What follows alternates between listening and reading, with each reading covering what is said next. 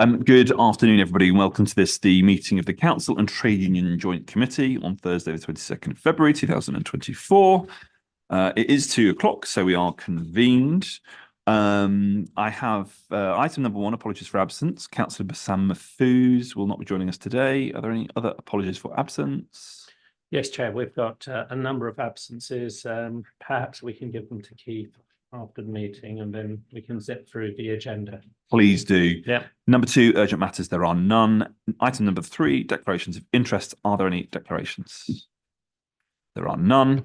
Items number 4, matters to be considered in private. As I usually do at these meetings, if indeed any individual person in the meeting wishes to refer to things that would otherwise be considered confidential, I'd ask that they are notified to me in advance, as we would of course have to stop the live stream and go into private session.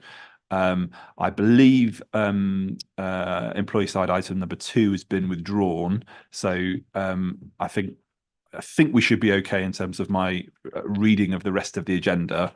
But nevertheless, if it does get to that point in discussion on any other items, then let's please have that indicated to me in advance. Okay. Minutes of the previous meeting. They are a full account.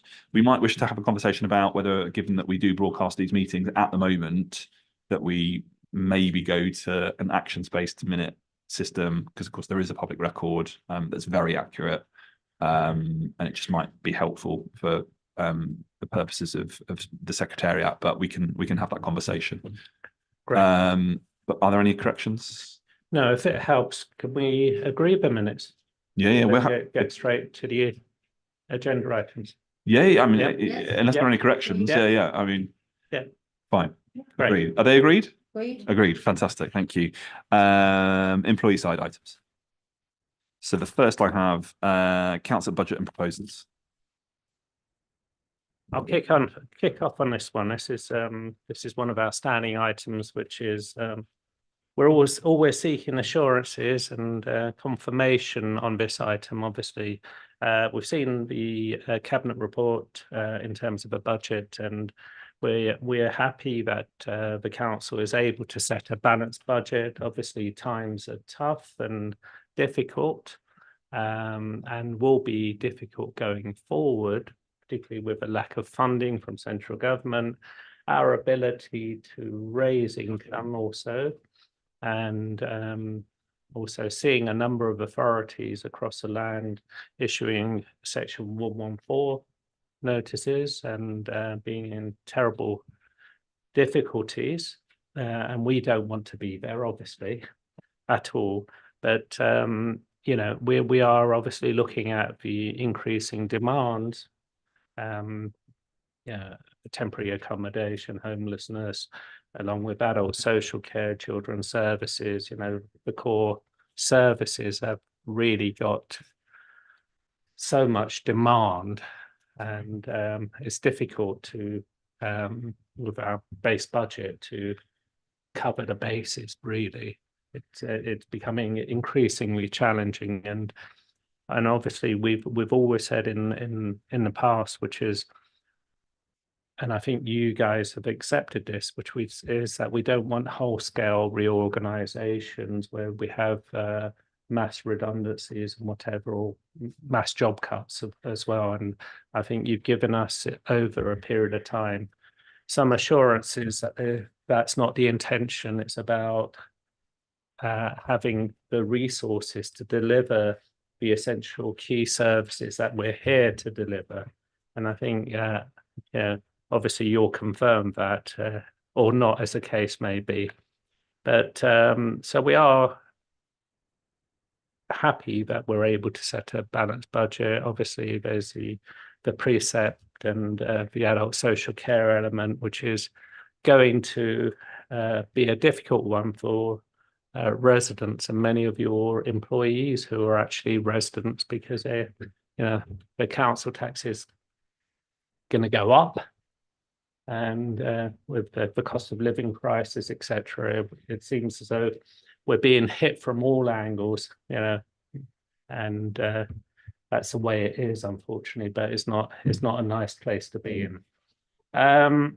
So it'd be helpful to get a little bit of a briefing from Steve. We have already had a briefing from Emily, which is really helpful.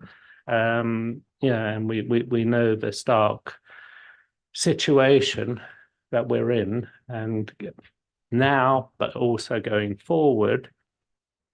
I might as well do the whole lot here, which is, and we are very supportive of the initiative that's taking place in terms of consultants interims, which is good, because what we're doing is gatekeeping any new consultants interims, but also reviewing our existing consultants and interims and establishing, are they still here to do the job they were originally came in to do?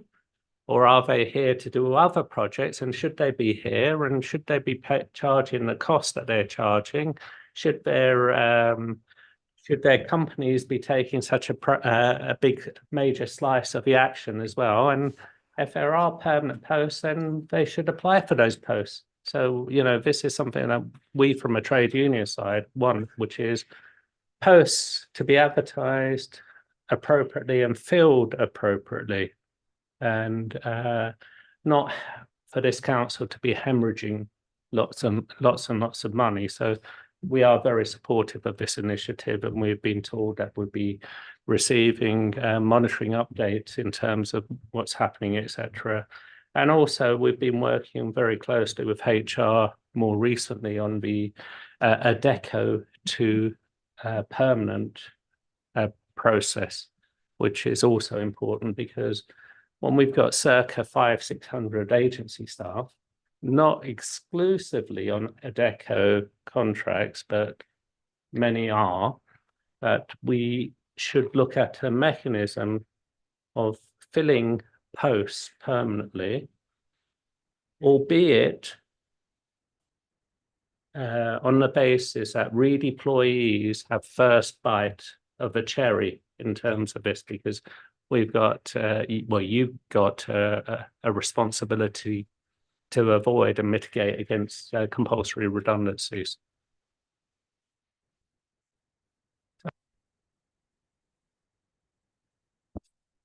Councillor Donnelly. Thank you, Chair. Well, having not sat in on the briefing you had from the Director of Strategic Resources, I don't know what I would say that would either duplicate or complement that briefing. I would say, for sake of protocol, the budget is not yet agreed. The budget has been approved by Cabinet to go to full council, and therefore it wouldn't be appropriate for me to talk about it as something that had been put formally into practice. Optimistic as I am, obviously, that full council will see it as a sensible set of proposals.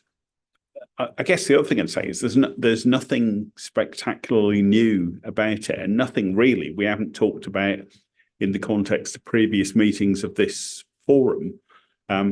It is a reality we have to deal with, that we're at a point where adult and children's services take up 70% of our service budget, where only around 4 years ago that figure would have been in the area of 40 to 50%.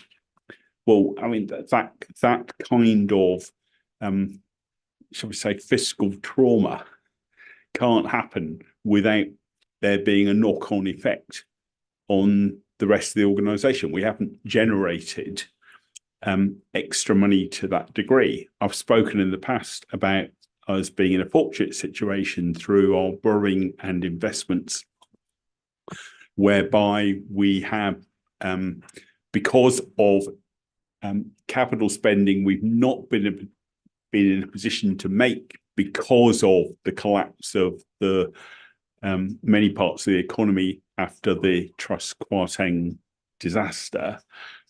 We've invested that money at much higher rates of interest than we've been paying, and we project an income of around about £25 million from that in the coming year, which is lovely. It's also money upon which we can't depend, because as the strategic director of resources points out, both one, we will begin to spend that money for the purposes that it was intended as the building industry begins to recover. And secondly, that differential on rates of interest will cease to work so much to our advantage. Interest rates as a whole in the economy are likely to fall.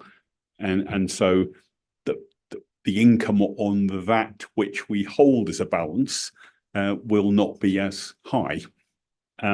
So it's across the senior leadership team, there is clarity that the organisation must begin to work and budget as if that money did not exist. But I mean, clearly, £25 million is quite a lot of money. And not only do we have the issue of the 70% adults and children's, we have, as it were, the third horse person of the apocalypse in the shape of homelessness and the general crisis in the economy of people lacking safe and secure medium-term, let alone permanent accommodation.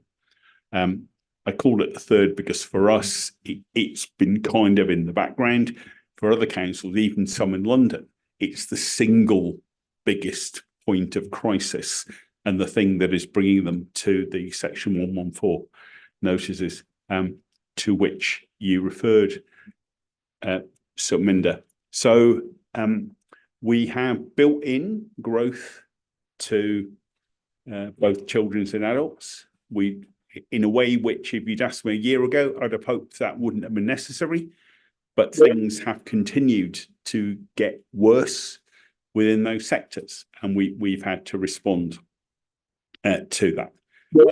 But we've also sought to characterise a budget as an administration which doesn't just seek to view the world through the lens of crisis, but to offer optimism, to offer a vision of a way forward through ways of making the lives of the residents of our 7 towns better. Initiatives such as the regional park, such as the transformation of Warren Farm, such as the renovation of Gunnell, things which will give real benefit to people of all walks of life across all the 7 towns of the borough. And that really is what underpins the budget that we're taking forward on the 5th of March, and completely recognise the points that you make. As a council, we are both recipients of the economic crisis. We don't just generate cost, we are recipients of added cost, and we have to deal with those added costs the same as every other citizen and business in the borough.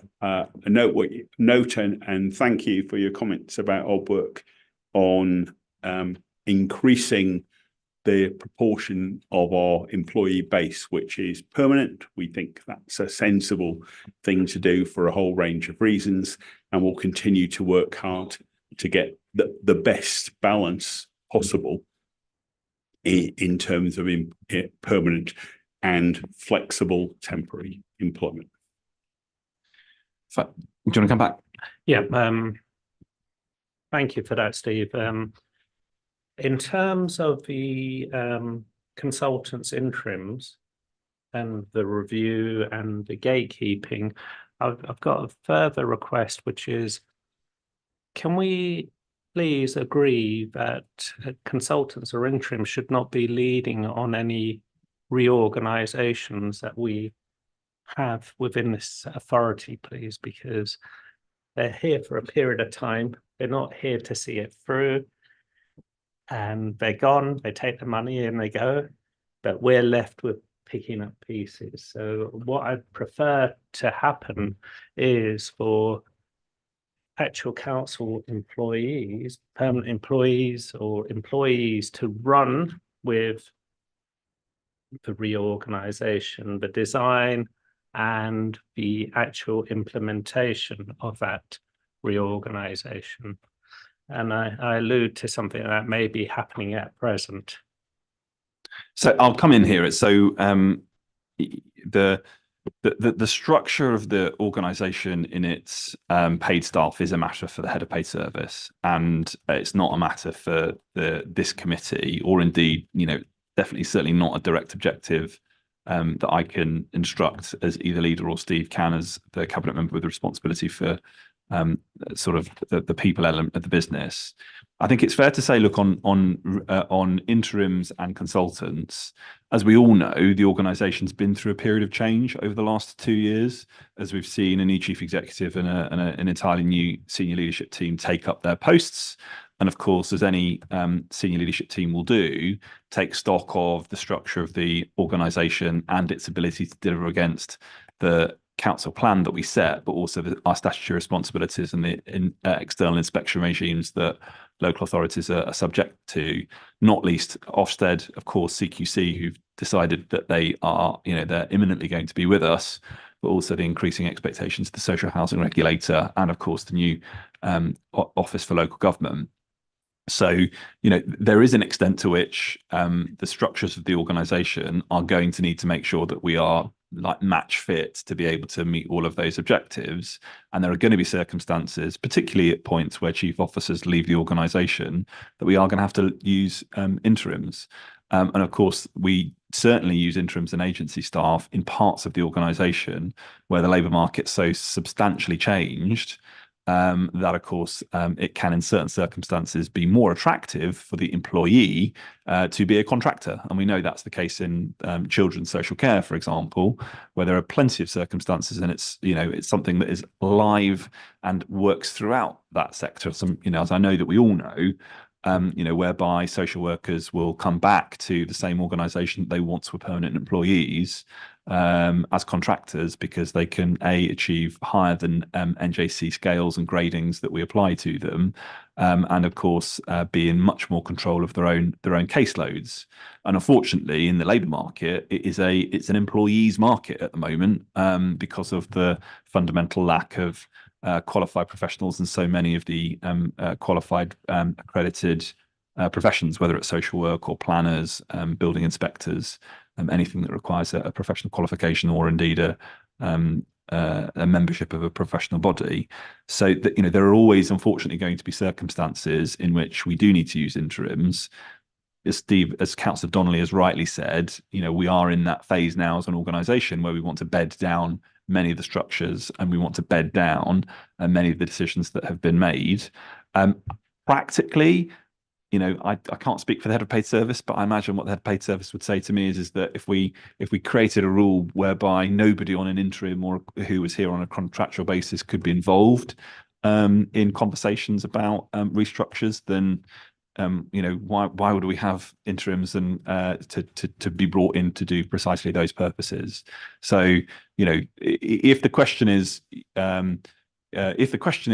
how can we be confident that people who are brought in on an interim basis are committed to the organisation and committed to making sure that it's fighting fit and is structured correctly and are doing right by our staff and right by what the organisation needs to deliver, then absolutely let's have that conversation. I doubt would be in a position to be able to sort of apply a blanket ban on people being involved in making sure the organisation's structured the way it needs to be. Just to come back on it, I don't want you to get the wrong impression, because we are quite pragmatic in terms of the use of agency and interims, and we obviously appreciate that there's difficulties in recruitment planners, social workers, and other specialists and technical categories.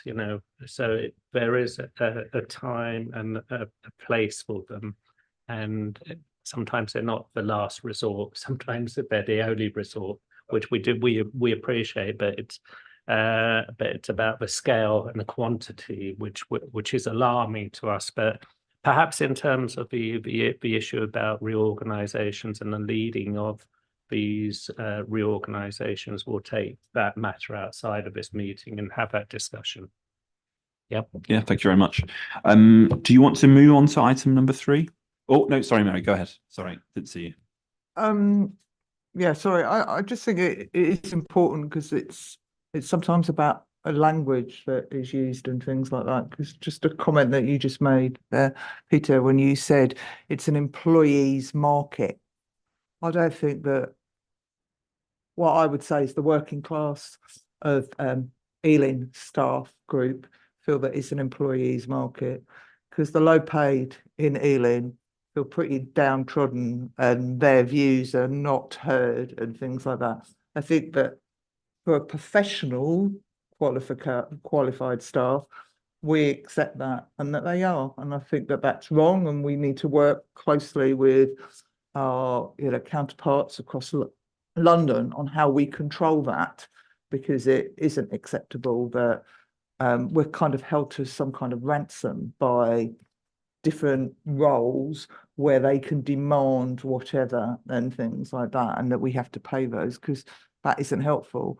But it's very, for us, it feels very dismissive of those of us that are not in that categories of those staff. Our views about how much we're paid are pretty much ignored and things like that. We don't have those kind of controls, and we don't have that. And if you're part of a group of staff, you have almost no say in that, because the only way a change in your grade is if management choose to rejig your job. It's very rare that you can request that your job is evaluated if you work as a part of a team. People. So I think it's important that we think about that, that this staff group in Ealing is made up of lots of different entities. It's not just about the professional staff group. Thank you. So one of the things, because there's certain elements or certain groups that are, because of the nature of the roles that they are, and when you look at them. So one of the things that we're doing as an organisation is looking at growing your own, and that takes time.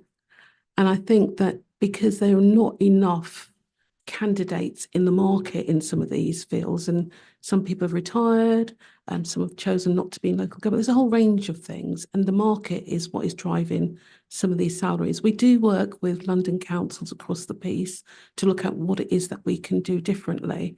But I do personally think that this is about taking time to grow your own, and the things like apprenticeships that most professionals are linked to. There's just a lot of work that can be done, and you will know that one of the things that I'm working on is the workforce strategy. It's not something you just write like that. It's actually using the demographics and the information on what the market is saying. And so there'll be things around recruitment and retention. There'll be some really innovative and different things that we need to do as an organisation, and so that we can be open, fair and transparent about what it is we're doing and how we're doing things. So I accept what you say, Mary, about there's some groups that for them it won't materialise. But what we do as an organisation is make sure that staff are paid at the right level, and through the evaluation scheme and a whole range of things. So I think it's about actually how we grow our own, how do we look at our recruitment retention, and what is our unique selling point in England, because there's lots of things. It's not only about money. And I think to add to that, 2 reflections. Last week we were at the Apprenticeship Awards, literally sort of on the other side of this wall, handing out awards and celebrating the success of actually many of our staff who joined in lower grades, perhaps without qualifications, who've now, as a consequence of the apprenticeship program, and not just for youngsters but people of all ages, have now taken on professional qualifications, and we've got people working in our legal and regulatory teams that have achieved qualifications as a consequence of working at the London Borough of Ealing, and will have gone through grades and are now earning, are earning good salaries as a consequence of the support that they've received through the organisation and through their teams. and likewise, I sat in this room probably about a year ago now, meeting with people who've gone through Ealing Adult Learning, now working for the council. One chap who is a HGV driver who's working on the lorries, who is incredibly appreciative and grateful that he was able to obtain a qualification that he now feels he's going to be completely sort of portable. And he said to me very clearly, look, I'm committed to the London Borough of Ealing for the next 5 years because, I've got this HGV qualification that means now that I can get a job at a rate that I was never able to before. But he says, I'm going to buy a house in Birmingham and, take my HGV license and have a better quality of life for me and my kids. I'm going to buy a house that's got a garden. And I just thought to myself, brilliant. If that's what we can do for that's what we can do for frontline workers in LBE to help them sort of progress through qualification and to obtain more income. That's exactly what we set out in the council plan that we want for the whole of the borough. And so I think it's initiatives like that hopefully, not just as a consequence of where the pay market is at the moment, but how we do make sure that people can scale up through the organisation too. Do you want to move on to item number 3? Please. Go for it. Okay, I'm going to do that one because Danny is unfortunately not with us today, so we don't have a lot to say. But we wanted to ask whether you had been aware that the Catholic Diocese is in the process of writing to all of the Catholic schools within the borough about academisation and about my view as the way that I read the letter, that there's no choice, that they have to academise within the next 2 years, that they've got to do it, otherwise there'll be a situation of presumed forced academisation. And that, and obviously from a trade union point of view, we're opposed to that, and we wondered whether you, as the council, where you've always been pretty supportive of that position around academisation, and whether you had made comment yet, whether you are going to make comment and things like that. Thank you. So I think that's a very fair question. Obviously, in the context of this trade union joint, I think it, of course, it would pertain to school staff, and of course, I know that conversation was had at education joint. So this has been discussed and is ongoing. The position of the administration on academisation remains absolutely clear, which is we don't want it, and we don't think it's good for schools. Academisation in the context of the current government is that it's used to deal with, or it's supposed to deal with underperforming schools. Well, 99% of Ealing schools are now good or outstanding, and they're good or outstanding because of the hard work, effort, and dedication of the teachers and support staff who make those schools what they are. So, this notion that any number of our schools should be academised because they're good or outstanding seems to be a complete misnomer. And as an administration, we can't repeat it over and over again that we want our schools to stay within the Ealing Learning Partnership and with the Ealing family. We are unfortunately undermined by government policy. I mean, about a year ago, they were saying that every local authority had to set out timetables for the full academisation of every school.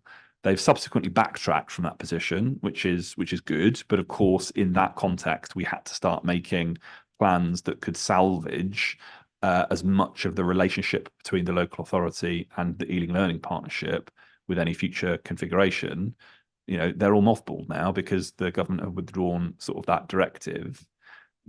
We continue, though, to have the challenge that any school and any governing board of any school has the ability, if they wish to take a vote and decide to academise, as we have seen historically with a couple of schools in the borough. Now, the work that we do, the investment that we make into the Ealing Learning Partnership is designed to counter that. It's designed to demonstrate to schools that they're much better remaining within the family because of the quality that they get from the services that they buy from the Ealing Learning Partnership and that we fund to keep that collection of schools together. And we'll continue to do that because that's ultimately where we want to get to. The inherent challenge with something like the diocese is. If the diocese decide that that's the way that they wish to go, that'll be the way that they can go, and they're entitled to do that under primary legislation. We want to stop that from happening. We'd far rather they stay inside the Ealing family. We'd far rather they have direct sort of accountability through us as a public body and through the governing boards that we're able to appoint to. And we'll make representations and continue to make representations directly to the diocese on that basis. We would hope that in any circumstance that all schools will continue to buy into the Ealing Learning Partnership, because we think that they get good value and that they get what they need from it. And as I say, that's demonstrated by the fact that 99% of our schools are good or outstanding. But it's a watching brief, and we continue to have those conversations. Did you want to come in, Councillor Donnelly? Well, firstly, for the record, I'm an Ealing appointed local authority governor on a Catholic primary school within the borough. So put that on the record. But I think more broadly in context, because I don't have regular conversations with the Cardinal or with the senior management team of the diocese, but I can say, I think, to put it in some sort of context, the Diocese of Westminster's approach on this was, I think, initiated. It's not initiated by ideology. It's initiated. It fell out of, if you go back 3 or 4 years to a previous time when there was a tremendous turnover of Secretaries of State of Education. Say after Justine Greening, who we might call the last real Secretary of State for Education within this context. And I think what it engendered was a realization that at some point academisation might be foisted upon them, and that it was therefore perhaps smarter to look at doing things on their own terms than on somebody else's. And it's been a long, slow process. It's been backwards and forwards. So this isn't, I think I can say this is just my own perspective. This isn't some kind of hell for leather rush to achieve something for political or ideological reasons. It's viewed as a purely pragmatic solution to some unresolved, ongoing uncertainties within national education policy. But having said that, everything that the leaders just said is right. And it may be that if in a relatively short time there's a reset around national education policy, it may be that the imperatives that were pushing the diocese in that direction will stop, and it will consider its position differently. But as I say, that's not going to be my decision. Yeah, thank you both, because I think that's reassuring to us that your position is still as was. And yeah, what Steve just described, that's my recollection of it. It was about, you've got to do something, so why wouldn't the diocese create their own possibly academised route to keep everybody in a united group and everything. So yeah, but I suppose it's picking up speed again, and we just need to be mindful of it. But just a knock on from it, I just wanted to say that I think that HR need to be very aware of that, and it's possibly that HR need to think of a model, because if those 9 schools, I believe it's 9 Catholic schools, quite a big chunk, if they are currently buying into HR with the provision of payroll and all of those bits, which we know is massively important for us to keep our in-house services going, because of the schools are such a big part of the business and everything, that we may need to come up with a different model of maybe talking to, if we're in that position, that maybe offering to the diocese that we do those work and that they don't outsource those things. Because the other thing is that we will want to keep them as close to our HR provision as possible, because that supports that continuous going forward. So I hope that we think sort of kind of in a very different way about it, and not just give up and think, oh, it's okay for them to go and us not to fight to keep them in some shape. And I think that's precisely so. the baseline position is we don't want it to happen. We prefer it wouldn't.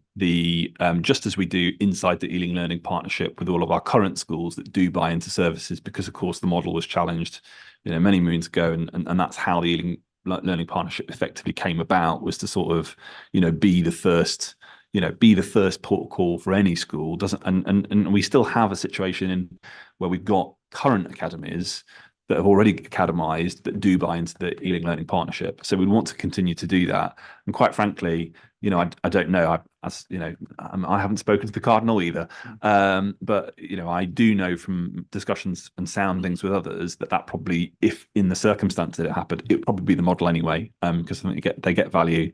Of course, I'm sure there'll be issues in terms of TUPE and staff going over, but we want to continue to support every school in the borough as best we can, not just in back office, but also in quality and standards too. So, that would undoubtedly continue. I doubt we wouldn't rule out working with an academy trust, even if it was the Catholic Church. Yeah. Yeah, it's just because we know that we have a large alternative HR provider in the local authority that is land grabbing, if it is possible, and we just need to be really mindful of those, because obviously it's to protect our in-house services as well, and that's what I'd hate to see it collapse as well. Kim Brown. So just to give you some assurance, so what I'm doing with my management team is looking at an alternative delivery model for schools, so that we're more agile, we're able to respond as I was going to say an outsourced provider would do. So we've had the conversations. I've flagged that with the schools, and proactively looking at what the buyback is, because they want something different. We're prepared to give them something different that's really responsive. So look at the structure of HR as to how we can give that advice in a very robust and quick way, so that they're able to get on with their day jobs. So just want to give you that assurance here. Okay. Are we okay to then move to item number 4, real living wage? Yeah, go for it. Yeah, it's going to be just a quick one, just asking, where are we in terms of progress made, monitoring of subcontractors, etc. And obviously the implementation of it, because we have the 6-month period and whatever, and we raised it at the last meeting, which was would seek for implementation to happen at ASAP, i.e. immediately, as opposed to waiting till the end of the 6 months. Thank you. My understanding. So my understanding now is that in terms of our contracts, the bit that remains, as we've discussed many times, in terms of our ability to get to the position where we want to be, which is sign the Unison Ethical Care Charter, that we have, of course, the dynamic purchasing system across the West London Alliance for the provision of nursing and care home placements, which drives our contractual challenge around getting our nursing and care homes to guarantee the payment of the London Living Wage and the real living wage, on the basis that unless every local authority moves together in unison, effectively we'll just be paying more money for a private care provider to pocket in dividends rather than passing it on to staff. So that bit of work continues, and as I've said, I think many times before in this room, but also to you directly, like that's the more tricky one, because unfortunately that involves local authorities of difficult political persuasions and different financial situations, all acting as one. And as we saw from the contract negotiations for for our leisure contract, which I think will come back to Cabinet in April, we were able to get Brent to go with us on the leisure contract, paying the real living wage to contracted employees in our leisure centres. But unfortunately, Harrow didn't want to go with us, so we had to have a varied contract arrangement whereby Ealing paid all of our leisure centre staff the real living wage, and Harrow didn't, which is unfortunate. I think we're in a good place in terms of the contracts that we've gone through, that we began at the beginning of the administration, and of course we made this significant investment in domiciliary care I think we should be in a position now where that is done. And I think what we've also got now agreement, and I think we discussed it, didn't we, at the last joint meeting, was the position in respect of apprenticeships. And so I think the a statement that you'll see coming forward to full council irons that out. So we'll be in a position where all apprentices are paid the real living wage or above. And of course, that's incredibly important in the context of different individuals entering the council at different points in their career progression.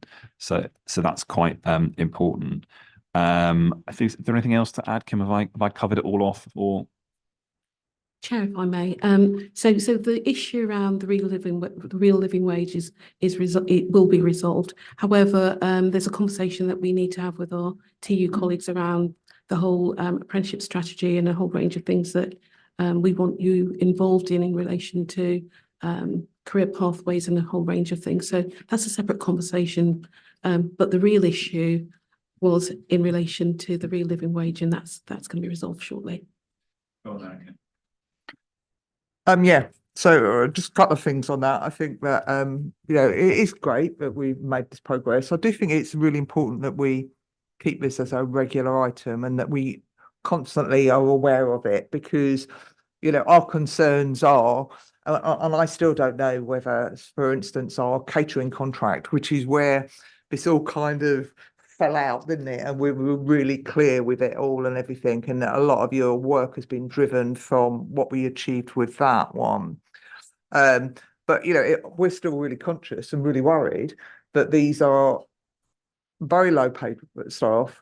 And they've been told that the real living wage is going up, but they're not going to get that till the 1st of April. They're going to get it at the very last possible minute and things like that. So they have to sit and, you know that and everything. And I think that it's, you know, if that is the next driving force of what we do, is to say to all these contractors that you must contract that, you know, you must build that in, but you get it to employees as quickly as possible, that you can't just keep avoiding doing it for 6 months. But the positives are great, and I welcome that thing. So now I've been led to believe that you're going to make this really bold announcement about the apprentice, which is really fantastic, because I look back in the minutes and it was me that, you know, I feel like made everybody go, oh my gosh, are we actually paying people £6.45? Because I don't think that people had, and that was as much us, but we hadn't joined all the dots and things like that. So I think that's such a fantastic piece of work, and we really need to, you know, for you, because it's you guys that found the money to make it happen and things like that. You know, we need to say that that is great, because we do need to do that. The bit for me is making sure that it gets implemented and how it gets rolled out. Now, I know that Danny would ask the question is, how are we going to make sure that it happens in schools? Because it's not just community schools, it's all our other schools as well and everything. So again, that they're your third parties and things like that. How do we make sure that it happens? And really that's about how we just continue to move on that bit about understanding the impacts of, you know, low pay on people and why that could possibly be a restriction for people going into some of the apprentice and things like that. And that restricts some people from taking that developmental opportunity, because although we've made progress and that is great, we've still got the issue that for some people who are earning more than that, and then they go, oh look, I could go and do my social work training, but I'm going to be dropped down. Now I know that the social work training don't go drop down anywhere near to there because it's at a higher rate, but those are the kind of things that we just need to be conscious of. That it's great that we've made all that progress, but we've still got more to do, haven't we? So I think a couple of things there, and I think they're absolutely allied. And I think the answer is that we just need to keep showing leadership. Now, in the context of the schools catering, and you know, I know that we've been over this before. You know, the previous sort of administration took much more of, shall we say, a pragmatic line on this, insofar as that, you know, the challenge of the schools catering contract is it was one that was held jointly by schools that bought into the contract, but invariably ended up being negotiated by London Borough of Ealing procurement people on behalf of schools.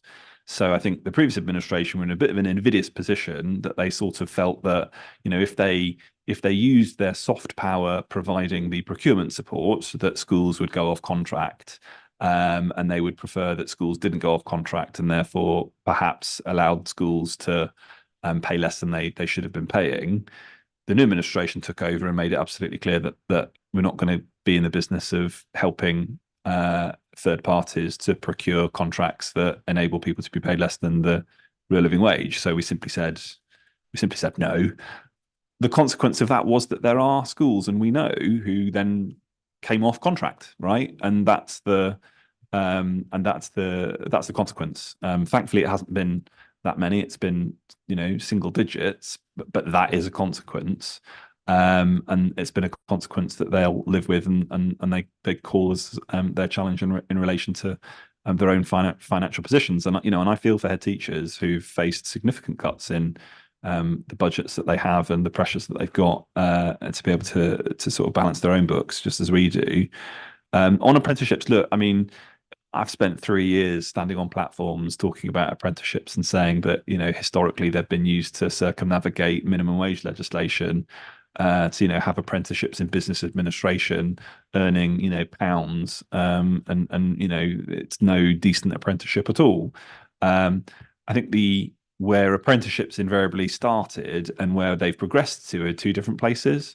So, you know, time was perhaps that the argument could stand that, you know, a young person not going to university and instead taking on an apprenticeship, you know, can get away with earning £6 an hour, living at home with the parents, and you know, using their apprenticeship as their alternative to further or higher education.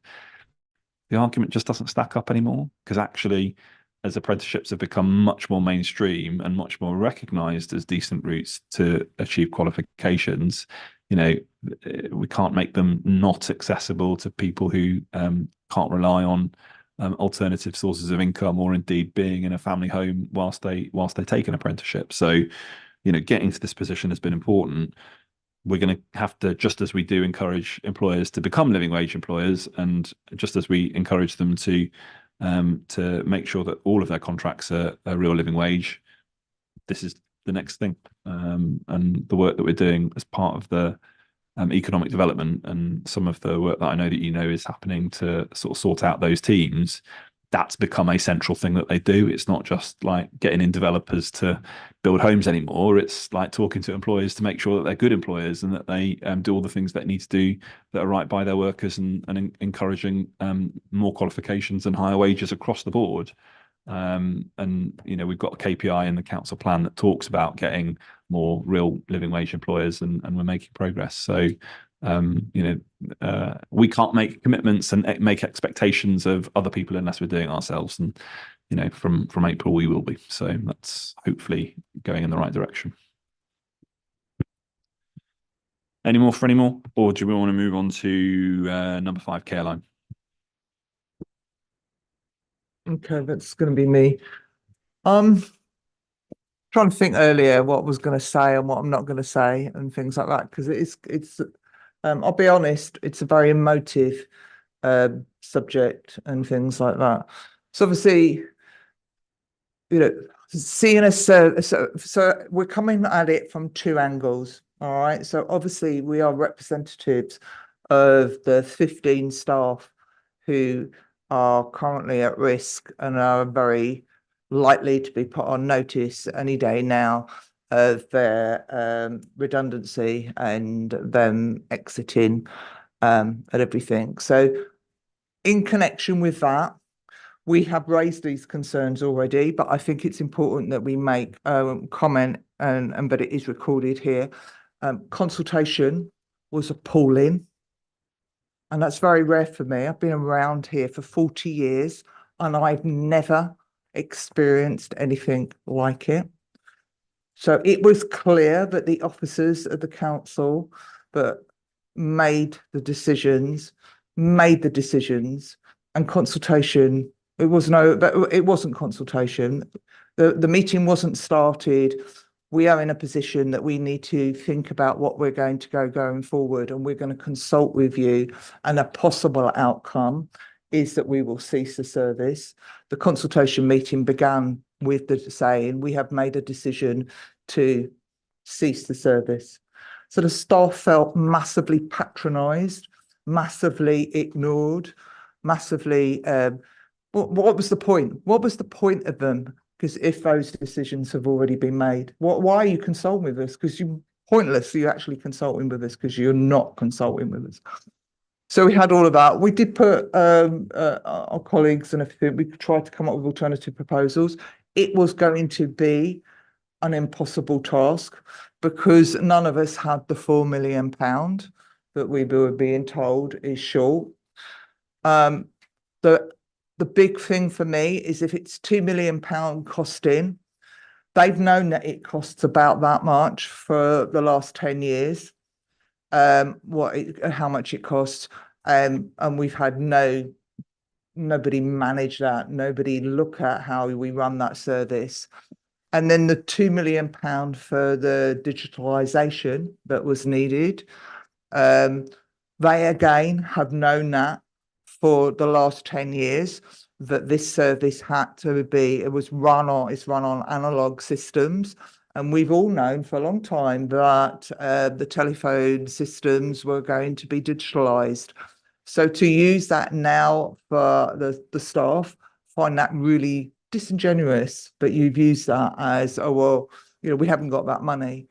That should have been planned in. It should have been dealt with. Everybody knew that that was going to happen and things like that. And so, those, they're kind of like excuses and things like that. And the other thing that has been really difficult in connection with it is that because we state that it's a non-statutory service, and therefore we don't have to consult with the users of the service, and two, there is no requirement for us to consult with that. Now, it's interesting that I never commented much when we were discussing budget. And it's interesting that you say that adult social care, and we talk to adult social care on a regular basis, that they're squeezed to every last bit, but they're basically going to get through this year and they're basically going to get through next year. Well, they haven't taken into account that there's 800 customers that currently are receiving a relatively cheap in-house Careline service, but will now have to be reassessed. And I'm telling you that whatever you go for, whatever your alternative, is going to be a lot more expensive. And it's quite likely that most of these people in adult social care who already receive a service and everything do not pay significant contributions towards their care packages because they are not the wealthy. They do not have the £23,000 in savings so that they're forced into a situation that they have to pay for their whole social care. They will all be on subsidised social care of some kind. So I don't believe it's the savings. And I don't believe, and I think that what will happen is that the bill is just going to move. It's just going to move somewhere else and things like that. I think that the other thing is, I think it's not people not understanding what the Careline service and I refer to the Warden call system, which is in the sheltered housing blocks, what lifelines those services offer and what lifelines they offer to keeping people out of the expensive adult social care portfolio, because that's where they do. By them being in a property where they have this minimal amount of support to call for help and things like that, that means that they often do not have social care packages. They don't have the person going in and checking on them. They don't have those bits and pieces. They now, if they are appropriately reassessed and if they are appropriately risk assessed, I believe that a lot more adults, the vulnerable, disabled, sick adults that Careline and the Warden call support will now fall into adult social care, and it will have major impacts. The other thing that I just wanted to say is I don't believe, and we haven't been assured, and the consultation with us, as I say, on the levels of the changes to the staff group has been poor. but actually the dismissive way that nobody wants to speak to the staff who have been delivering this service and their representatives on all of the concerns for the fact that these systems are going to be turned off. It's been really difficult. And I say that for everybody because you know that I wrote to the two portfolio holders. I copied you into that letter afterwards, Peter. And just to be told, we've heard what you've got to say, Mary, but actually we're not interested in what we've got to say because you can go and talk to the officers and not feel any confidence that people fully understand.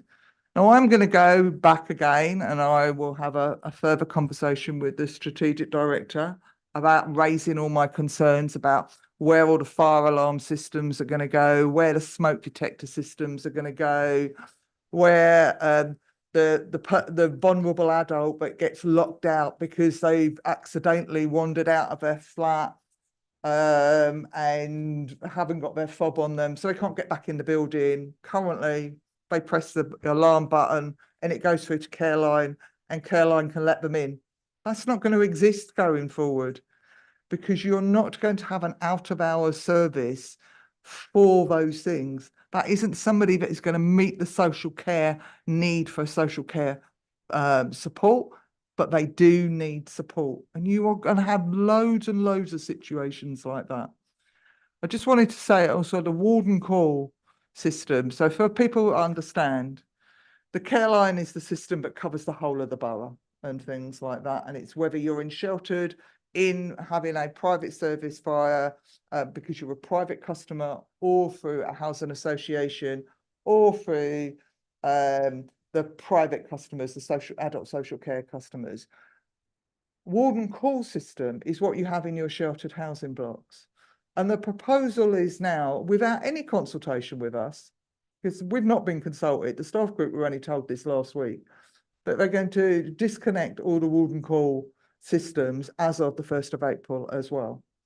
Now that is going to change the way that a staff group operate because the housing support officers operate in a way that they are supported by the Careline system and they're supported by the fact that they actually only work Monday to Friday, 9 to 5.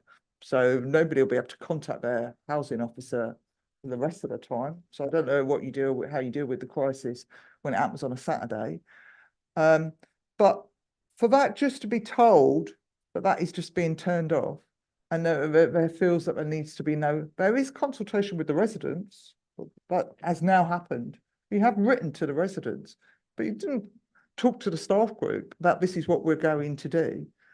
The staff group get told the day that the residents are written to that this is what's going to happen and things like that. And it's just a dismissive approach that you'll have to us as local government officers. Now, I'm not one of them, all right? I don't work in that service, but I've represented both of the groups for many years. And maybe that's why I'm so emotional and emotive about it. But I'm also an adult social care member of staff. And I know how important those backup systems are to keeping vulnerable people in the community and keeping them safe. And you turning off these two things, as I use my words, and I'm going to say it again, I think it's a disaster waiting to happen. And I think you're going to have deaths and injuries and situations that you won't actually understand. And I don't know who's going to deal with all of those situations.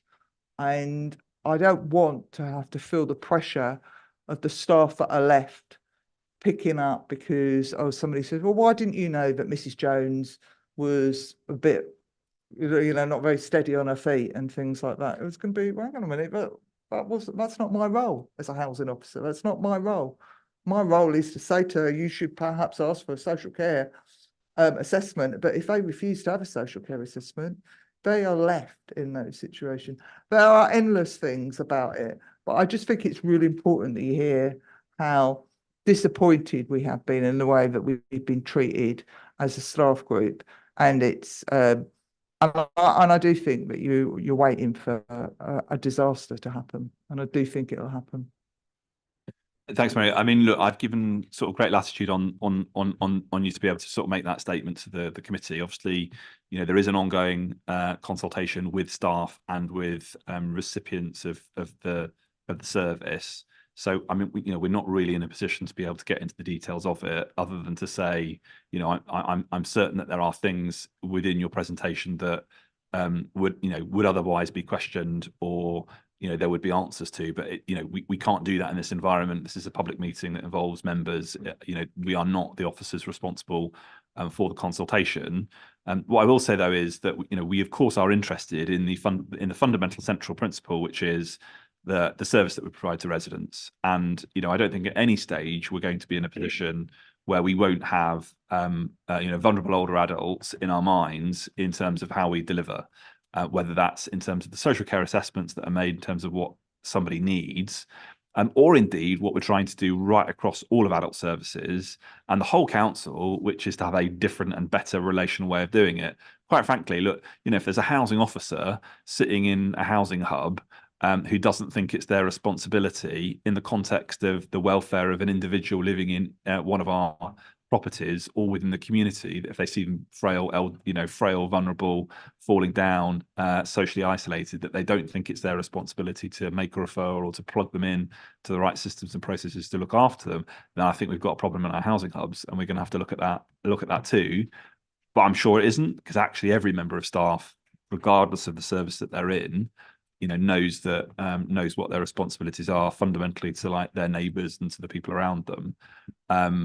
You know, we're going to be looking very carefully at the outcome of the consultation, and the central principle would be to make sure that any vulnerable adult in the London Borough of Ealing has the support network that they need around them, whether they're, of course, somebody in receipt of a social care budget and have been assessed as needing support, or indeed are a self-funder, which, you know, I know people in Careline are. All of that said, you know, the consultation's live, and you know, I don't really think we're going to be able to go too much into the detail of the discussion of that now. But once the outcome is reached, you know, I'm sure there'll be further discussion. With that in mind, are we able to move on to item number 6? Just for the record, the internal consultation with the staff has ended. It's formally ended. So I just wanted to put that on record. And this is why we're raising the issue here. My understanding was the meeting was yesterday, so you'll forgive. And in any circumstance, you know, this is not a member level. This is not a member level decision, and it would not be normal for members to be involved in that discussion until the outcomes had been, or indeed even after the outcomes have been reached. Kim, do you want to clarify that for me?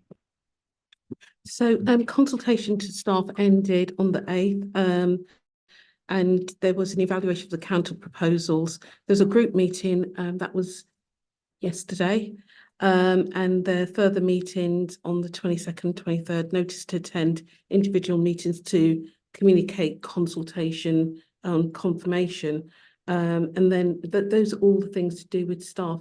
One of the things that I wanted to say that to you colleagues raise is that at the beginning of the consultation, there were, it did come to light that there was things around communication and a whole range of things, but I hope that you appreciate that those were resolved as soon as possible once you'd brought it to our attention, and that myself and Nikki met with you as a group to actually rectify that, and going forward, that all those issues that you flagged had been addressed, and we did things around the redeployment, etc.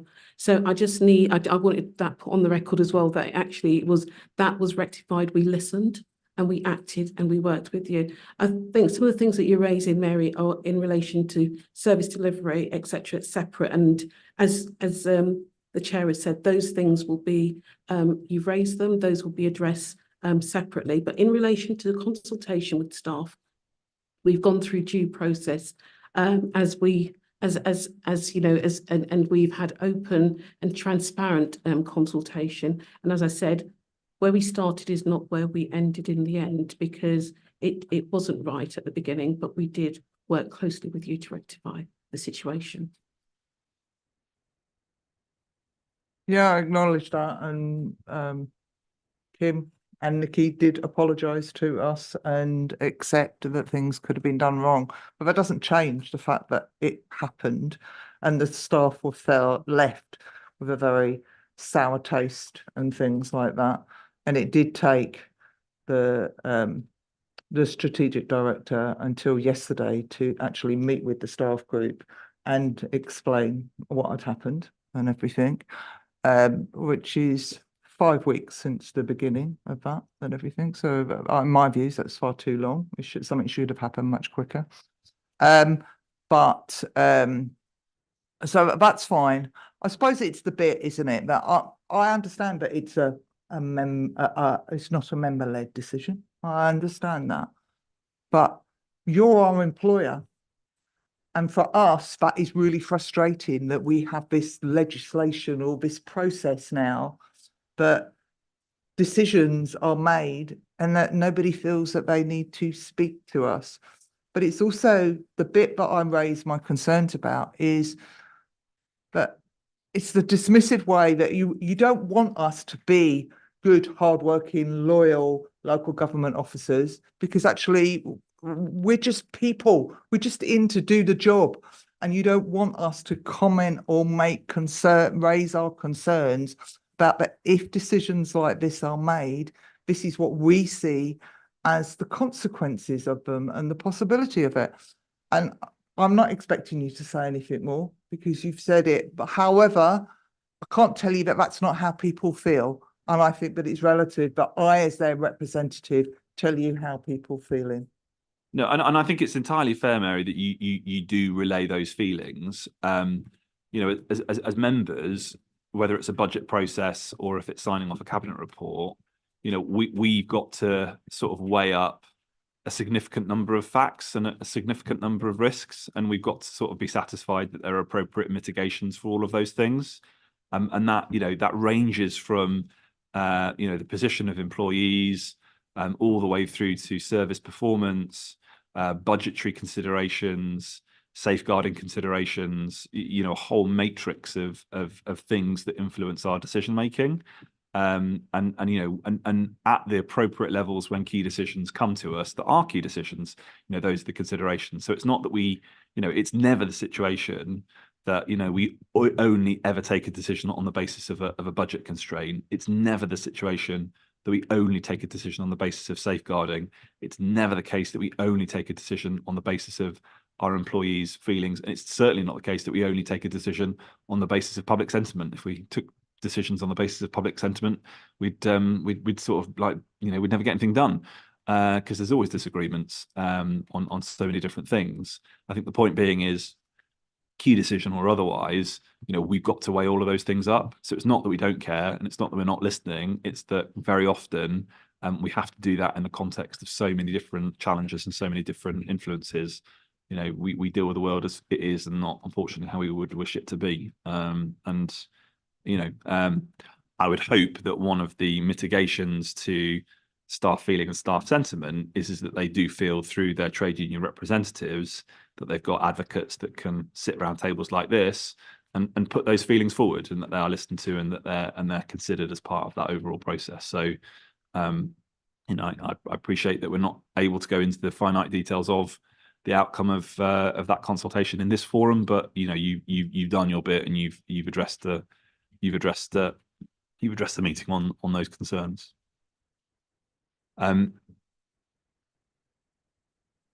Did you want to do 6, or was that you're holding that one over? Sorry. Yes. Okay. I think there's a level of frustration about this item because it stretches back to 2017 and the lack of any advancement, particularly in terms of the requirements which are legally required down at Hanmore Zoo. So I don't know if you wish to go into private session here, or it's I mean, I said this one's a completely new one for me. I don't think this has ever crossed my desk before, but I mean, is it something necessarily we have to discuss in this meeting? Could we progress it? I think it's Okay. So could you just clarify, what would it be in relation to sort of private session that you'd need to go in? What are the, what's the, are we going to be talking about individual members of staff here? What? it's about the facilities that's provided to staff at town hall zone. And your legal, and the council's legal disposal. Kim, do you want us to come in?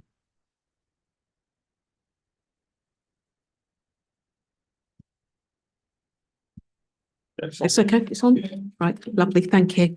So this is in relation to the health and safety at Hanwell Zoo and the staff facilities, welfare facilities. And I understand that for a number of years it's been outstanding, and that the corporate health and safety team have been supporting the management to help achieve compliance for both health and safety and fire safety there. What we do have is it's been escalated. You're going to say it's taken time for it to be escalated, but the strategic director is involved in, he's done a site visit. Can I finish, please? He's done a site visit. We have a health and safety committee, and there are proposals to look at actually a range of options, how we can address the facilities. And we're talking specifically about the facilities. So whilst we do not have an answer to that today, I do know, and I'm confident, that strategic director and section 151 are looking at options, because this is about various options to create those facilities for staff.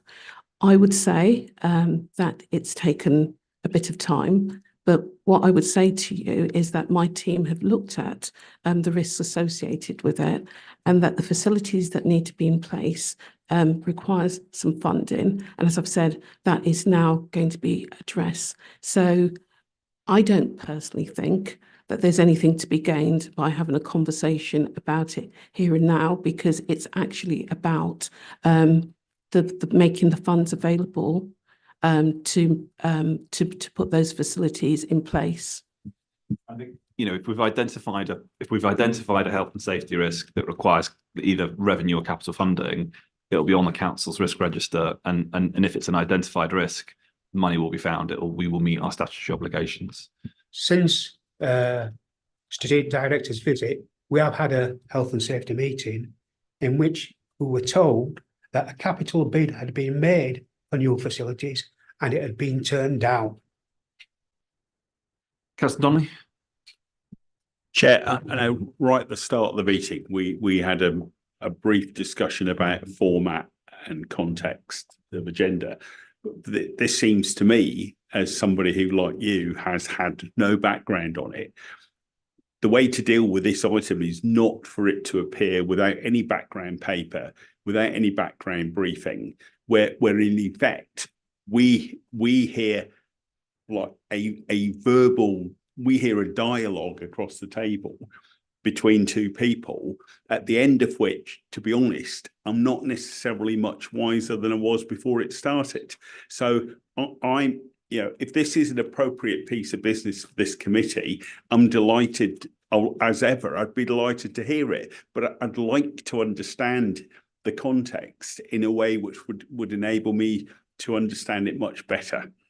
If I could just explain, originally when we put this item up, we had included the report, and it was asked to have been taken off of the website because it's an internal document.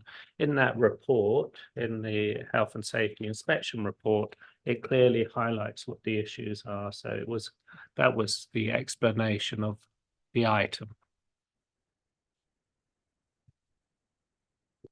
Can I also point out that the matter has been raised at, I think, Corporate Health and Safety Board and the, I think, previous, whatever it was. So your strategic directors are aware of the problem. And if the fact they haven't passed the problem on, it's not, I think, it's not our problem. The point is, you've got a legal duty of care to the staff, which you haven't undertaken for 6 years. 6 years. And, you know, we have put alternatives through. We've seen with, you know, there's been 4 plans done of different buildings, some that wouldn't work. The site of the building's probably been where it would go has been decided. But what I cannot understand is if it was a building site, those sort of units could be on there tomorrow. Herein lies the challenge. Councillors around the table neither have background on the issue. This is the first time I've ever discussed this issue. If it's been identified as a corporate health and safety risk, and it's been brought up at the Corporate Health and Safety Board, and there are executive directors and the Section 151 officer looking at it, it means it's now within the council's corporate health and safety framework, which means that it has to be resolved. Now, we can take it away, and I'm sure Councillor Donnelly, as the holder of the capital budget, can look at whether or not a capital bid's been made and what's happened to that capital bid. But like, if there's a corporate health and safety risk and there's a risk on our register, like, it has to be resolved. It has to be resolved through the right channels. You've surfaced it, you've raised it, you put it on our agenda, which I think is fair enough. That means that probably we're not going to go away from this meeting not feeling satisfied until we've got an understanding about what the issue is and how we're going to resolve it. But there's no resolution in this meeting. We can't, in this meeting, agree a capital programme addition. It's not within the terms of reference of the committee. So you raised it, we can take it away and we can look at it. Can I suggest that we have an urgent meeting to discuss this, so we can, including health and safety, so we can all be on the same page in terms of what the issues are and what we're talking about in terms of the gravity of the situation? I mean, I'm happy for there to be a meeting outside of this room. If it's on the corporate health and safety risk register, if it's in hand by corporate safety team and it's in hand by service team, then it's in hand. I hear what you say, but the problem is when you say it's in hand, it's been in hand for 5-6 years. Yeah. So that's what I do you want to come back in? So colleagues, as I said to you, when I started, I said that I acknowledge, because most of the people in the strategic team are new, it's been flagged. It is on the Corporate Health and Safety Board, and the Section 151 and the strategic director, and who is responsible for the Hanwell Zoo, and that's where it's at the moment. And as you quite rightfully said, Mark, there are different options available, and we will have a meeting. So Chair, if it's okay with you, I will take this away and I will liaise with the appropriate strategic directors, and I will come back to our TU colleagues with the way forward, with a clear action plan about how we're going to deal with this and mitigate any risks going forward. And I will aim to do that as soon as I leave this meeting, then I'll give you an update. Can I just make a point? So you're going to continue breaking the law until this is done. You are breaking the law. Mark, hang on. So I think Do you want me to explain why you're breaking the law? Mark, I think, And how? Mark, you've raised the issue, right? You've raised the issue. We've taken the issue on board. It's not something that is competent for us to be able to discuss, not least because we don't have any of the background. We don't know the situation. We've had assurances from the director of people that you've got an executive director, a Section 151 officer reviewing the situation. You've got a commitment that it's on the corporate health and safety risk register, and that there's going to be a resolution. You have rightly raised the issue. We're now aware of it. We're going to take some interest in it. Just as the previous discussion, we can have a very long conversation about this. We're not going to get any further in resolving it in this room. Chair, can I suggest that when it is resolved, that we all just get an email telling us that it's resolved, and then you won't have to bring it up again, Mark, hopefully. Soon, I'm not saying the next meeting because that would be too long, because it obviously sounds urgent. As soon as it's resolved, we just get told. If that seems fair. We've been very, very patient about this. 6 years. Kim, I've had a conversation with Kim, and Kim probably knows what I'm going to say next. Is we have other options of solving this. I've had a conversation previously with a union solicitor, and their advice was to take it to the HSE. Now, we've avoided doing that.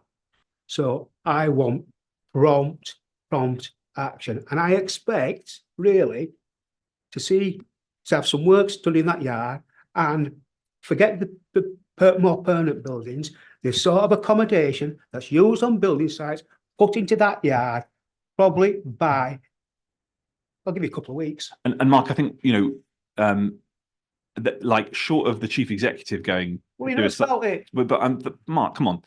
Short of the chief executive going to do a site visit, you've had a site visit by the executive director of that department and the Section 151 officer. Now, that's significant escalation, and I would hope if that's the case of what the escalation is, then you're going to get a resolution hopefully before too long. Like, we're just not in a position to be able to understand the full picture in this meeting. So, we need to move on, and I am going to move the meeting on. I'm not going to take it. We do need to move on. I just want one thing put on the record is that we have raised this with the officers of the council for 5 years, Yeah. and had promises that something is going to happen every 6 months. Yeah. And we have backed off and said, okay, we'll give you your time. Yeah. But it's a question, which is why Mark is saying what he needs to say. Is why do we take what you? It's not about disbelieving you, Kim, because that's not what we do here for. But why would we go? Is it going to happen this time? Yeah. Which is not. We want reassurances in writing, but something's going to happen this time. And I think, no, we do need to move on, right? I'm a bit sort of perplexed because you've raised the issue in a room with members. It's the first time members have heard about this, right? Hang on, wait. This is the first time that members have heard about this. We don't actually know what the issue is, right? But what we do know is you've been given an assurance that the executive director responsible for that division, which is tens of millions of pounds, and the Section 151 officer who holds the purse strings are aware of it. They've done the site inspection. I totally get why you might not trust that there's going to be any action to it, but I can't resolve it in this room. So with Mark, with respect, we do need to move on. I'll explain what No, the Mark, problem is. No, What Mark, the problem is. sorry, Mark, I'm There's no sorry. toilets. Mark, I'm sorry. We're not in a, There's like, no without a washing paper. facilities. There's no. I There's appreciate- no water. There's no accommodation. for Mark, without clothing, a Not paper- facilities for changing clothing. There's not proper facilities to rest and eat meal. It's not one single thing. Yeah, and I appreciate that, Mark, but I don't have a piece of paper, either from the trade union side or from the officer side, to have any understanding about the extent of the situation. And it's not the role of the Trade Union Joint Committee to take that paper. It's the purpose of the Corporate Health and Safety Board to take those considerations. The Corporate Health and Safety Board are aware of it. They've got it on the risk register. You've had inspections on site by the most senior officers of the local authority who are responsible for those things. I'm saying we can't take it at this room right now, because we don't have the objective analysis of the situation. And furthermore, this committee, in terms of its terms of reference and its powers, doesn't have the ability to resolve it. So nobody's saying that it's not important. Nobody's saying that it doesn't need to be resolved. It's got to be resolved through the appropriate channels. You've raised it as an issue. You flagged it to members. You flagged it to the Director of People, right? We're of course going to go away from this room being incredibly interested in what the situation is and how we're going to resolve it. But there's very little further to what's already happened in the room for us to be able to get to sort of move this situation forward. So I'm asking, with total respect and appreciation for the position of the trade union side on this. We get it. We've talked about it. We appreciate the situation. We've been given assurances that it's in hand by the most senior officers. I've sort of explained the terms of reference of this committee in terms of what we're able to progress. We do need to make progress in the meeting so that you can discuss your other items. Just come in, just for a point of information, that the issue of health and safety was delegated to this committee because Joint Safety Committee was done away with some years ago, but it was on the understanding that the urgent health and safety issues would be brought up at this committee. So this is why we're, and notwithstanding what you've said. Yeah, I And, understand. and as I said, it's totally appropriate that you flagged it, right? But the committee is not in a position to be able to come to a full understanding or an outcome on the situation because we don't have anything in front of us that's objective. We've been given assurances that it's on the Corporate Health and Safety Risk Register. We've been given assurances that it's on the Corporate Health and Safety Board agenda. We know that you've confirmed that it has had an inspection by the most senior officers within those respective functions. Like, and you have rightly raised it, and you should raise it. In terms of our ability to resolve it, we can't resolve it right now in this room, so we need to move on. Yeah, so we're moving on. So can we then move to item number 7, the inequality update, the workforce equality? So there's just a couple of points that I wanted to make. One that I raise again, that it's still not seen or perceived as that the trade unions have equal status, or if not higher status, on having an awareness of the way that equality issues are raised and dealt with, in line with the way that the chairs of the staff equality groups are. I still do not understand why, although we have a seat on the equality board, often I go to the equality board and get told that information has been shared with the chairs of the groups, and I have to say, oh, could I have that information? And they go, oh, have we got to share it with you as well, and things. So I want that put on record again, that I've raised this now several times and I still don't feel that I've made any progress. And with that, and I know I'm not the only person that goes, Dean also has a seat there from GMB, and that is very much, it feels almost a bit of patting on our heads, but rather than engaging with us appropriately. But again, and I know that Kim and I have had separate conversations about this, but still to say that I believe that one of the things that needs to come to employee side is a regular report about the equalities and inequalities issues. Up until about 3 years ago, we used to have one. The author in the room is Andrew Scully, who used to prepare one, and that has just completely disappeared off the face. And I believe that we need to reinstate that. Now, I know that ELIN is looking at a new process of, it's called a dashboard or something or other. I'm not really understanding what it's going to show me and what it's not going to show. And we have, again, after having to ask the question of, can we have a demonstration of how the dashboard is? Again, it was, oh yes, okay, we'll provide that for you. Again, we were like, we're always having to second guess when we're going to get shared any information, and rather than treated in what I believe in an appropriate manner as trade union representatives. So I ask again that we move towards having a regular report to hear about what this dashboard is showing with the equality figures and things, so that we can get into a bit more of those detailed about the issues of equalities in the borough.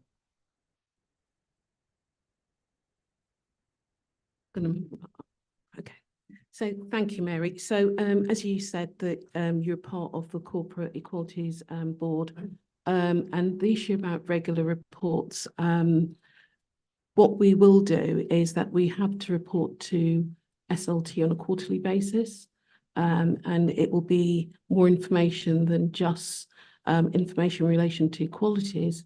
It will also have the HR metrics in relation to headcount, absence, return to work, demographics of the organisation. So in our monthly meetings, after the SLT meeting, I can make sure that's on our agenda for our monthly meetings, so that you can delve and you can ask the appropriate questions. In relation to information coming to this board, it would be high-level strategic information that you would have already received in advance of coming here because of the timing. So if there are any issues that arise from any data that you may be presented with, then you will have an opportunity to discuss those issues. And if there's anything that's outstanding, then you can have a conversation about it. The dashboard is a very powerful tool that actually brings together all the demographics of the workforce compared to the community that we serve. And I guess rightfully, the equality chairs have had, I'm not sure if they've had it yet, but it's timetable that they will have that awareness as well. And I think Samantha's been in touch to show you the dashboard as well, to show you what you can see, but it's very strategic splice, because as I've said to you before, you can't get into details because you'll start introducing individuals. So yes, we will make sure that it's part of our regular monthly meetings. Equalities and health and safety will be on our agendas going forward, and you will get an update on a quarterly basis in relation to HR metrics that will include equalities and diversity. So going forward after this next quarter, or would you do you want Q3 data, Mary? That's what we've got. Yeah. Okay, we'll just make that available after this meeting. So Chair, if I may just give us a more update. So as you know, to you colleagues, we did a campaign around sensitive data, and that's to just make sure that the information that I was talking about earlier is up to date and accurate. And 542 employees have updated their personal data and brought it right up to date, because I think that's really important. The new cultural calendar for 2024-25 has been approved, and with key dates in there, and that will be made available and circulated so that, you know, if there are any events or anything that you want to be part of, there's an opportunity to participate in that. And the EDI communication strategy has been agreed and signed off, and that is on One Space as well. So if you need a link to that, I can provide you with a link, that all that information's available. So Chair, that's all I'd like to say in relation to equalities. So, okay, if there's no more, we'll move on to number 8, wellbeing and mental health, health and safety update. I'm reticent to sort of like return to the discussion of item number 6, but like, correct me if I'm wrong, and if it's not the case, then we need to resolve it very, very quickly. But there is trade union representation on the Corporate Health and Safety Board. Yes. Yes, there is. There is. I'm certain that there is. There is. And so that is an avenue. It's you. So there is an avenue for trade unions to raise stuff directly at the Corporate Health and Safety Board, right? Because there was, we did for a period of time after the social housing regulator have member level involvement at the Corporate Health and Safety Board, because it was a sprint that we needed to have assurance. But that's no longer the case, because it, you know, in the long term, it's not appropriate. But like, there is that avenue for flagging of those particular issues through the corporate health and safety process, and you're on that, so that's fine. Good. Okay.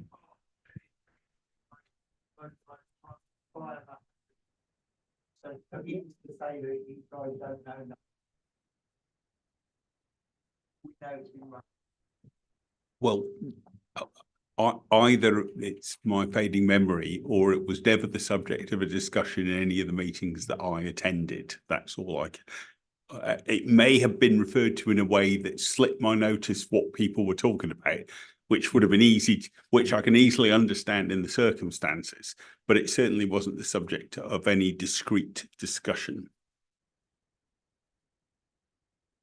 Right. Okay. So with that clarification, do we want to, how are we introducing this item? I suppose that's me just going to ask I suppose the question really is that we do have conversations around wellbeing and mental health quite a lot, but I just wondered if there are any ongoing initiatives that are currently there and how are they being communicated. I suppose I'll get in my bit about the importance of communication and not just reliant on One Space and things like that, and that making sure that everybody has access to the information. But yeah, just if Kim can give us an update on what the latest initiatives are on wellbeing and mental health. Well, I think that probably the first major initiative is to actually run a staff survey for the first time in a number of years, with a commitment that we're actually going to publish the results, which I know that or previous administrations have not been in the position to do. But of course, we are in a position at least of being currently live on a staff survey. My understanding is that the response rate in the first 2 weeks is 22%. We obviously love it to be more. Last week was, of course, half term. If we need to extend the consultation, then of course we will do.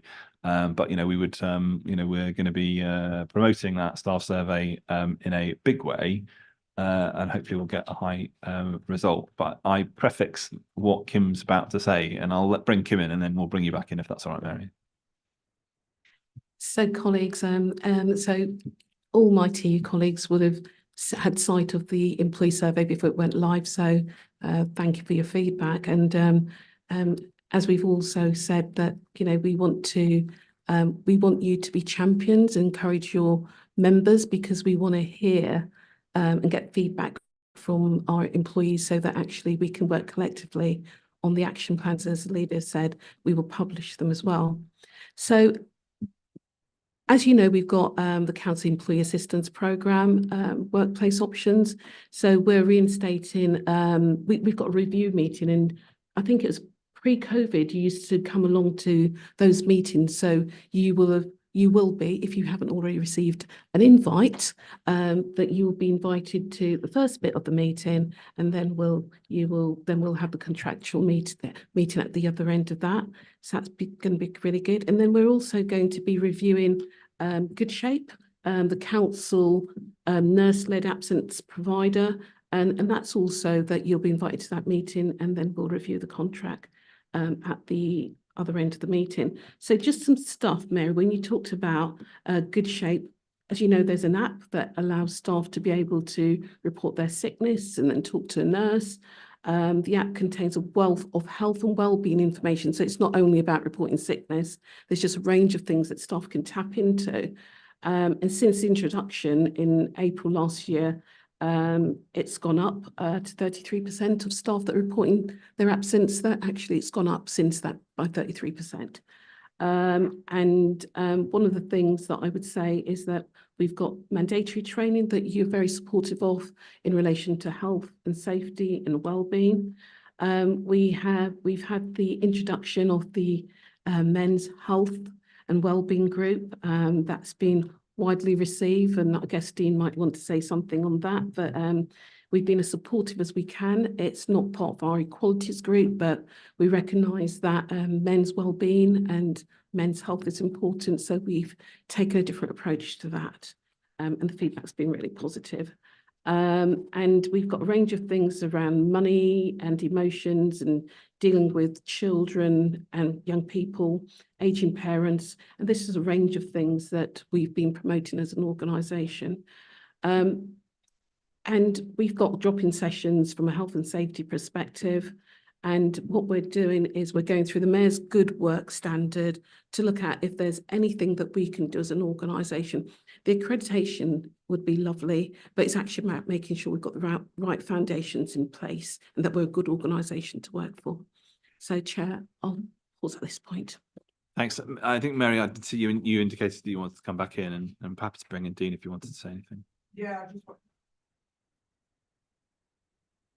just one comment about the employee survey. Really, is it's not just about publishing the results, it's about actioning the action plans, because I've seen them written before and then they go on the shelf and nothing happens. And that's the frustration with the staff, is that they go, why should I fill in another survey, because I've already told you all of these things before, and you don't do anything. And we have agreed with Kim that we will be positive and that we will heavily encourage all of our members to do it. And every member of staff who comes to me through the door at the moment and says, I'm not happy, I go, have you done your staff survey? Do it, put something in there. Make sure you write it in there. Don't just tell me that you're unhappy. And we will do that, but that's going to be massively important. It's the action plans that come out of it and seeing change, because otherwise people are not going to do it next year, because they're going to go, no, I'm not doing it again. It's almost like, Mary, you dug a hole that I walked straight into, which of course, the proof of the pudding is always in the eating. Of course, there will be an action plan that arises from the staff survey, and you will judge the organisation, management, and the leadership by how we respond and how we implement that. And I can see sort of like Kim in my peripheral vision, like gesticulating wildly in the affirmative, because of course that is exactly where we wish to be. We're not just doing a survey for the purpose of doing a survey. Do you want anything? No, fine, fair enough. No, you don't have to. No. Did you? Dean, I mean, your name was mentioned. Did you want to say anything? So yeah, I just want to say, without them knowing, Kim and Tony pushed me into forming a men's group. They wanted a men's equalities, but men don't suffer through equalities being men. Maybe lots of other things. So I went for a few things myself, and I decided to take it on without Kim realising it was her and Tony. We had our first meeting on the 17th of January. Went fantastic, and the next one's next Wednesday. So it's a safe space for men to come and talk from there about themselves, which we don't do. I certainly didn't do. I talk lots, but not from there. And yeah, it's going well. So fingers crossed it carries on. Going onwards and upwards. Brilliant, fantastic. And all the men are welcome. Good, excellent. Sigmund. As we're finished, yeah, no, well, I think we are, but before we finish, yeah, or we can be here for another hour if you want. But I think we should thank Keith, because this may be his last meeting. Well, we can certainly, you know, if members of the committee are therefore agreed, we will make we'll sort of be in that ironic situation of like asking Keith to put in the minutes a vote of thanks to himself. Fancy doing that? Yeah. All right, good. No, but you rightly pointed out, we do thank Keith. Thank you for all of your work for this committee and of course for all others. But if that is that agreed, are we happy to agree to? Thank you. Fantastic. All right. Thank you very much. On that basis, unless you do have any other business, I don't believe that I do, or any other member of the committee. So as I go back to my agenda, I think that's it. And then have we got a date for the next meeting yet? We do. It's the 14th of May. So we shall see you all then. Thank you very much.